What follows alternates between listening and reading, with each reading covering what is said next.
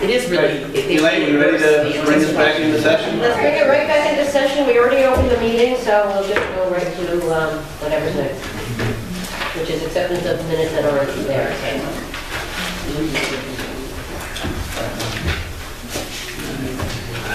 Minutes. Reports. I don't have anything for the meeting. I don't know if anybody else does up here. Nothing, I have nothing, sir. Nothing for the update? Nope. Nice. Wow. My minutes are getting easier and easier. If there's no public comments, I'm really in good shape. Any public comments on agenda items? Public comments on agenda items? Sure. Jim? I just have two comments. First, I've actually expressed this to you, Supervisor, but I am very concerned about there being two public hearings within 5 days of each other. One on Tuxedo Farms on the 9th, and the other on the casino on the 5th. And that is a huge job. Fourth, I mean, sorry, the 4th. And the 8th. That's a huge job for people who are concerned about these developments to actually review both the plans. And I don't know if at this point whether the planning board has received a list of changes that are being proposed by Tuxedo Farms to the previous special permit or not, and if so, have these been made public? But in any case, there was some concern about this, and there was some possibility that the planning board might postpone the December 9th meeting, but I haven't heard that it had been postponed. So I think these are too close together. They're between Thanksgiving and Christmas, when everybody is busy. These are really important, very important to the town, both of them. They're huge. I mean, this may well be the last event for Tuxedo Farms. From then on, the dynamite goes off and bulldozers roll, and whatever happens will end up being the responsibility of you guys and the planning board. Whatever decisions were made before, okay, but the final decision will be this board and the planning board. And I think it's really important not to rush this through. Thank you. Well, one other thing. I think at this meeting, or at this board, someone on this board, I believe at one point said that the security, the law enforcement security within the casino would be handled by the state police, and there'd be a private security force hired by the casino operator. But I failed to find any letter in Appendix Q of the DEIS from the state police saying that they have accepted this responsibility. Have they accepted that responsibility? Is there a letter? Not that we know of. That's a question we have as well. All right, so at this point, the state police are not taking that responsibility. We don't know. We don't know. No, no, but they have not committed to it, so they have not taken it. We have nothing that tells us that. All right, so nobody knows that they've taken that responsibility. No, thank you. That's one of our questions as well. I don't know if the planning board is having a hearing on the Tuxedo Farms. I wasn't sure that I heard that. We're having a hearing related to water, sewer, and park districts related to that project, but there's nothing really, I don't think they're different than... That's on the 8th, right? That's on the 8th. It was on the 8th that they had got some additional material that we thought were defective, which I saw at least one of already. So that might be postponed, but that's not, that doesn't relate to any kind of final approval of the project. These are just parts of things that they're required to do by the existing special permit. So they're not major issues. That's just setting the districts up. Yeah, just setting districts. The big stuff on that's yet to come and won't come during this period, I don't believe. Christy? I wanted to somewhat reiterate what Jim was saying, but specifically about the public hearing with the casino on the 4th.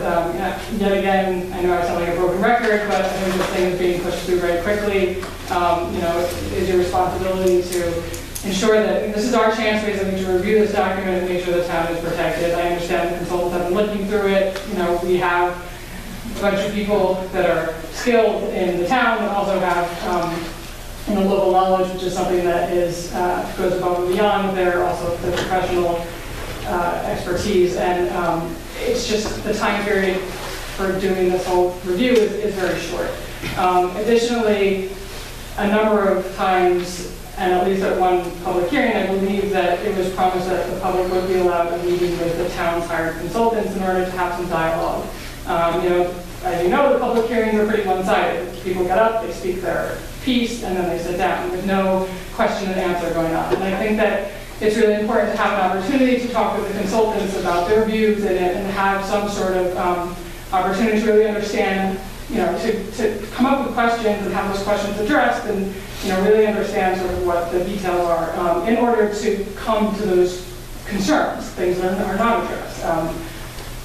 I think, you know, the document's 8 inches thick. It's not something that can be reviewed by anybody in a short amount of time. So I hope that there is a possibility of having a consultant meeting. I hope that it happens, you know, before the public hearing is probably not possible, but, you know, during the review process before it closes on the 19th, or maybe you could possibly extend the review process, which is, I think, a more ideal situation.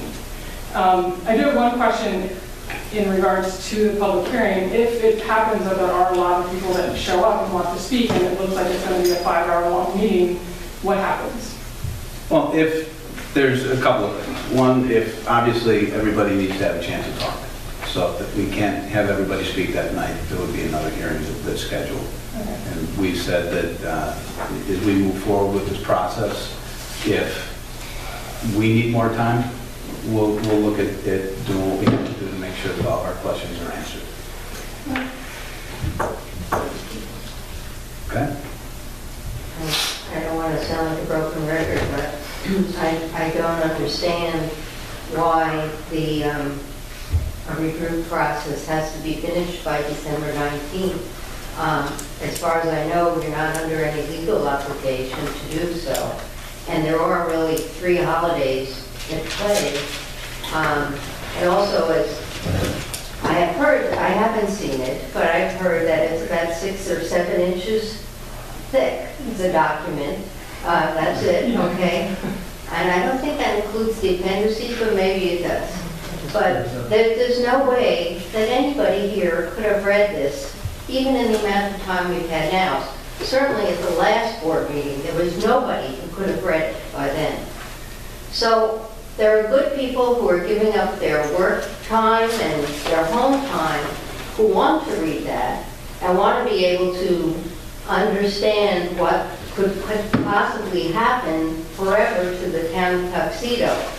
I really think that you should give them the chance to review it, and the amount of time that they have really isn't enough. And I get back to the question of why this date, December 19th, why not January 19th? It's not going to change anything. If you're talking about changing Tuxedo forever, it's worth another month. Michelle? I also have to express those concerns because there were a group of people that wanted to get together to try and go through the documents and understand it and just see, you know, how to find information. And so many people got back and they wanted to work through it, but with the holidays and the traveling, you know, they just don't know, you know, they just can't come to these meetings. So that we try to set up, much less the meetings, you know, the public hearings. So, you know, it only seems to be for the benefit of Genting that this timetable is being put in place. It certainly is not for any benefit of the Tuxedo residents. It's only for their benefit because they want to start their construction in January. So it just doesn't seem fair at all. I mean, and in September, you talked about having a meeting with the consultants so we could have a dialogue instead of the black hole where we send emails asking questions and never get answers. I mean, we just never get answers. we submit questions. We don't know, that we assume that the questions have been read, but we don't get any answers back. Well, if you look at the scoping document that was put together, I think it was evident in there that the information that you sent in, we definitely pass along to the consultant. Yeah, but why were things not included that were submitted? Well, not We never everything got- that you include is going to be.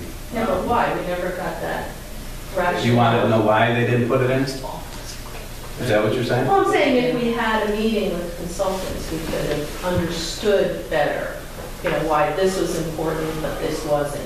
And somebody who thinks their issue is important and it's not in the scoping document, they have no understanding of why their issue wasn't included, except for the fact that obviously somebody didn't think it was important. Right. Well, I'm not sure if I'm aware of any issues that weren't included. I think we tried to include all the comments that we got, and we thought we were pretty successful. So, I All right, hear I'll you. get you a list of If you want. issues. Sure. Appreciate it.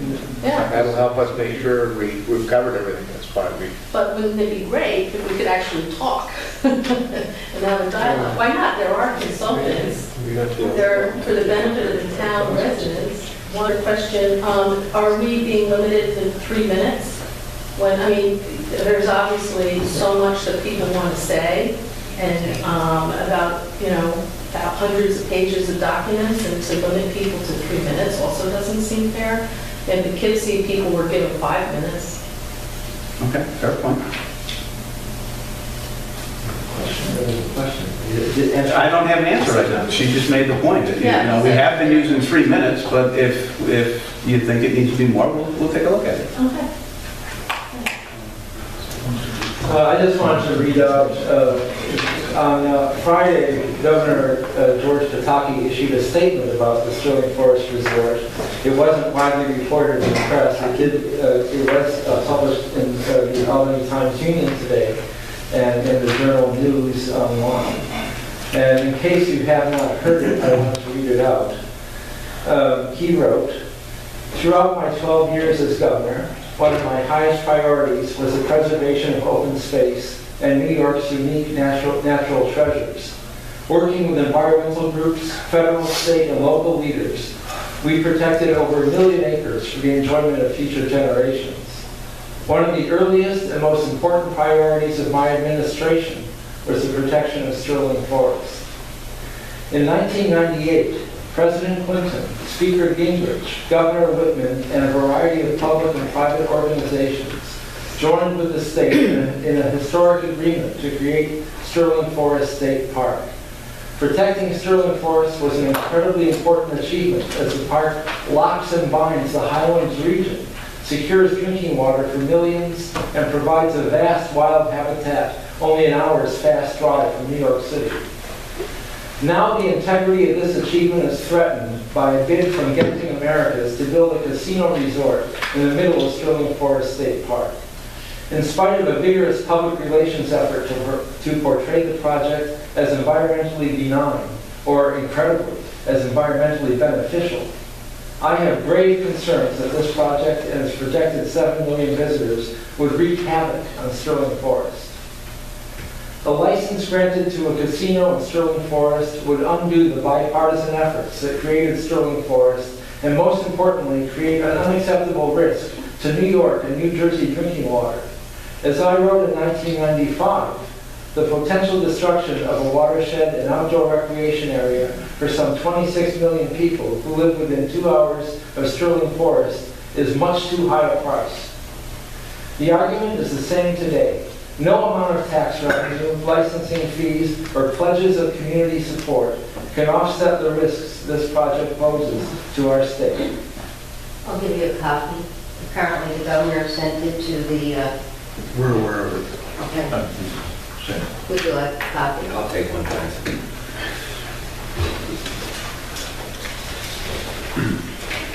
Thank you.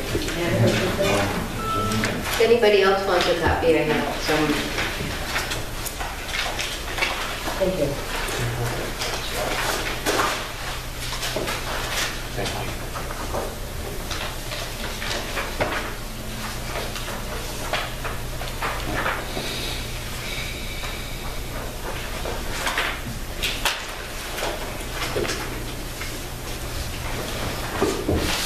Any other comments?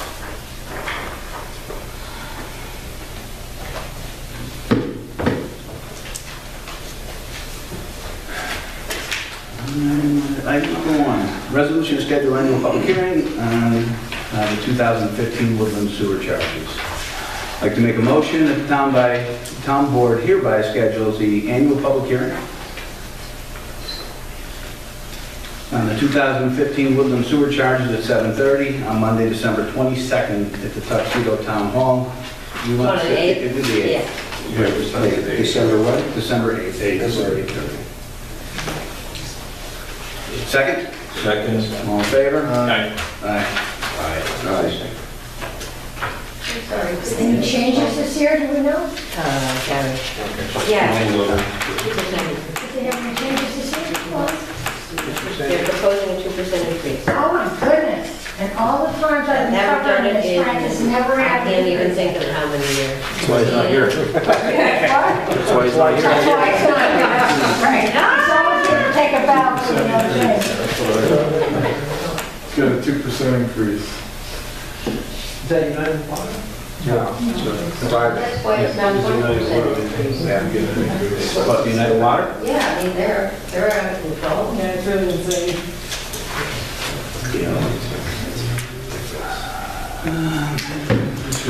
Just a reminder, the public hearing regarding the resort casino DEIS special use permit will be 7 o'clock Thursday, December 4th at the Tuxedo High School. Reminder that the acceptance of the written public comments for the DEIS are open until 3 p.m. on Friday, December 19th. They should go to the town clerk. So you're not going to reconsider that time with them? We took your input tonight, and like I said, if we And you feel that, decided that it didn't matter? I didn't say that. No, because you just announced the dates. Definitely December 4th right now is a hearing.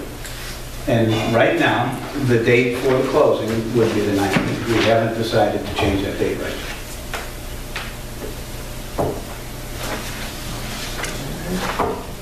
Any other business? No. Any more public comments? Vouchers? All right, actually, so I'm videotaping this session just to tell everybody. And the reason why I'm doing that is because I've had a number of people ask me basically to do so. A lot of people can't attend the meetings because of childcare and other issues. So it will be published on YouTube. That's what I'm doing for now. My suggestion, I know you guys are looking at doing a cable, I guess getting like a Tuxedo cable channel. I know a lot of other towns that have used PG Central and have published on-demand sort of streaming video. I haven't looked, I was going to look into the prices for this. I was actually told it was Warwick the other day to do it, but I just couldn't get it. I'm suggesting this is a better alternative. I have a feeling it might be cheaper. I don't know what the cable issue is. I don't know what the, I don't know what the costs are, but you're still restricted according to what their schedule is, and I don't know, it's just something that I think might be a better option. We have that. Actually, when we got the cable grant, we purchased some streaming capabilities. We just have to stand it up. Okay. That can use the internet, so we can bypass the restrictions on the television. The thing that's the problem over there is it's analog. And when you turn it into digital, you do 16:9 format. We're 4:3 over there. And I got to convert everything to get it to do that. So it's very difficult, and that box costs around $9,000. So. That was $100 camera. Yeah, so, we're working on getting that, and we absolutely have the equipment right now to perform streaming tomorrow. If we can get somebody to help me with it, I can't do it by myself. The other thing that I was thinking, sort of part and parcel of that, is that I don't know if Tuxedo has an AV, like high school program, but Monroe does. And I know that there's some students in my neighborhood actually who are part of the AV club who I think, if you could work out something. If you would send me their information, I'd be more than happy to reach out to them. And I'm going to bring the equipment here next week, and we could all learn how to work it together. It's a lot of stuff. It's $15,000 worth of stuff. There's a black magic box, there's a digital switcher, everything is in there. 3-camera shoot capability, all in a backpack. So it can be remote and on site anywhere you want to go really easy. Right, yeah, okay, I mean, I think it would be interesting, not only from the perspective of like utilizing technology in order to, but also getting kids interested. I absolutely agree, absolutely. We've already talked to schools about that. So there's stuff over there too? Okay. Well, we've talked to them, but we haven't gotten any answer from them. They're waiting for us to get going with it. Well, we're ready now. Okay. So, but still, you have some kids over there that would like to become involved, the more the merrier. Yeah. Just have them contact me, get my email. I'll definitely work with them as soon as possible. Great. Okay? One more thing. I read CBFY notes that Dan Castro talked about the whole Monroe annexation issue, and I have to, I'm completely agreeing with everything that he said on this. I think this is for, especially for people in the Monroe School District, this is a big deal. But also for everybody, it can really affect our county taxes in a pretty serious way. I don't know if you follow what happened in Rockland. They're in a pretty sad state right now. Their school district is sort of decimated. So, you know, this is a big deal, and I think that, you know, for the purposes of some solidarity with the rest of Tuxedo, we should make that a priority. So I talked to Dan about it.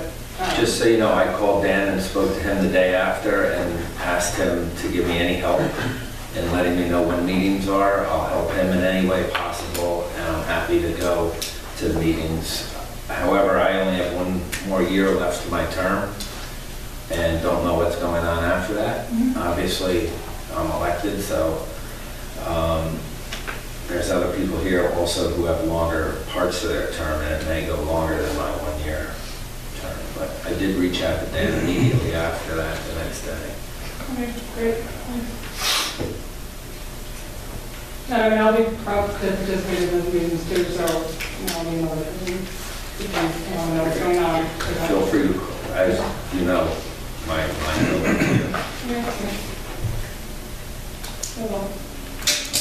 Any other comments?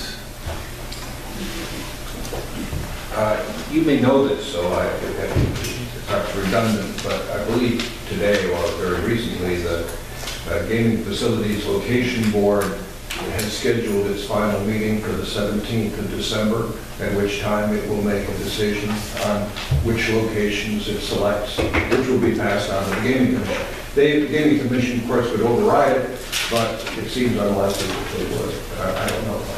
But I don't know whether that's important in your decisions about public hearings and all that. Thank you. Sean? When would you consider these requests that we brought up tonight? I mean, if we wouldn't consider them anymore tonight, we'd probably talk about it tomorrow. I didn't know if you had to do it during a public hearing, public meeting. Do we have an update on the conservation easement? All the land that was supposed to go into conservation before any construction started on Tuxedo Farms. Do we have an update on that? There's not a final update. I know that there has been discussion between Andrew and the attorneys. It has to take place. I mean, so. Good. And then I had a question. I can't seem to get the answer. I don't know if I'm calculating it correctly. The Village of Tuxedo tax revenues comprise 42% of the total tax receipts. I don't have any of that. I sent you an email on that. It didn't answer the question. You said it was fun day or something like that, but that didn't help me answer the question. Well, I don't have the stuff in front of me right now, so I can't give you an answer, but I'd be more than happy to get in touch with you tomorrow, because I thought that when I sent you the email, I didn't hear back from you that you were good with the answer.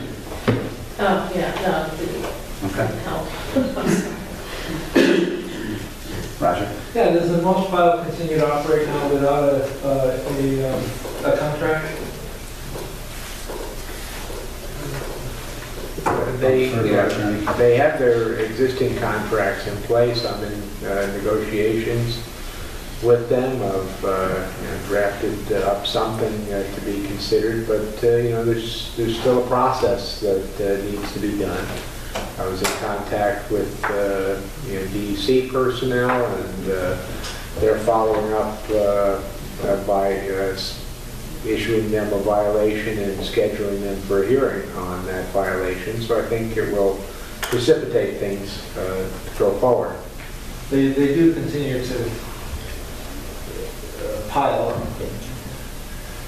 The reports I'd seen said the piles were coming down.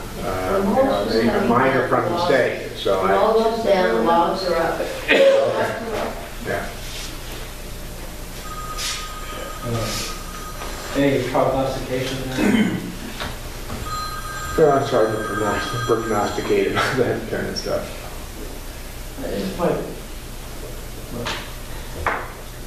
The town has a difficult time handling the mulch pile. You can imagine what will happen with them. You better trust them because they are a force. I mean, compared to a mulch pile operator,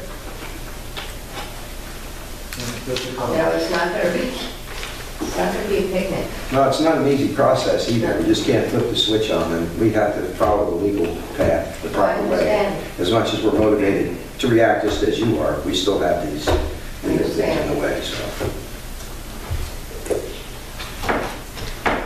Any other comments?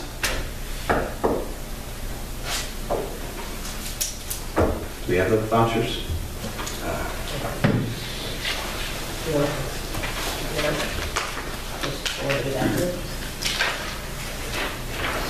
What's that? The resolution.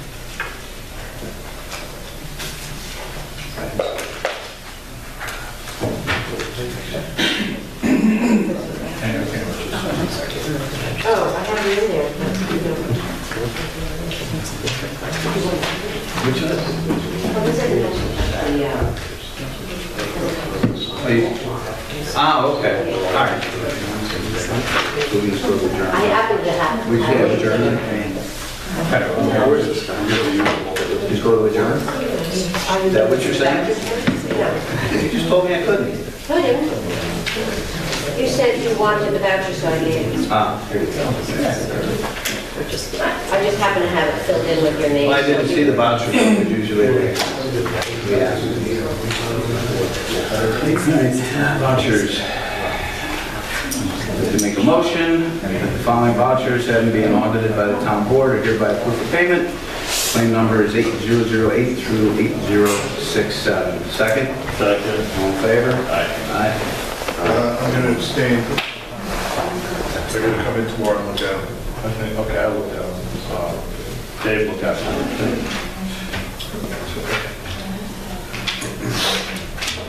Motion to adjourn. Second? Second. All in favor? Aye.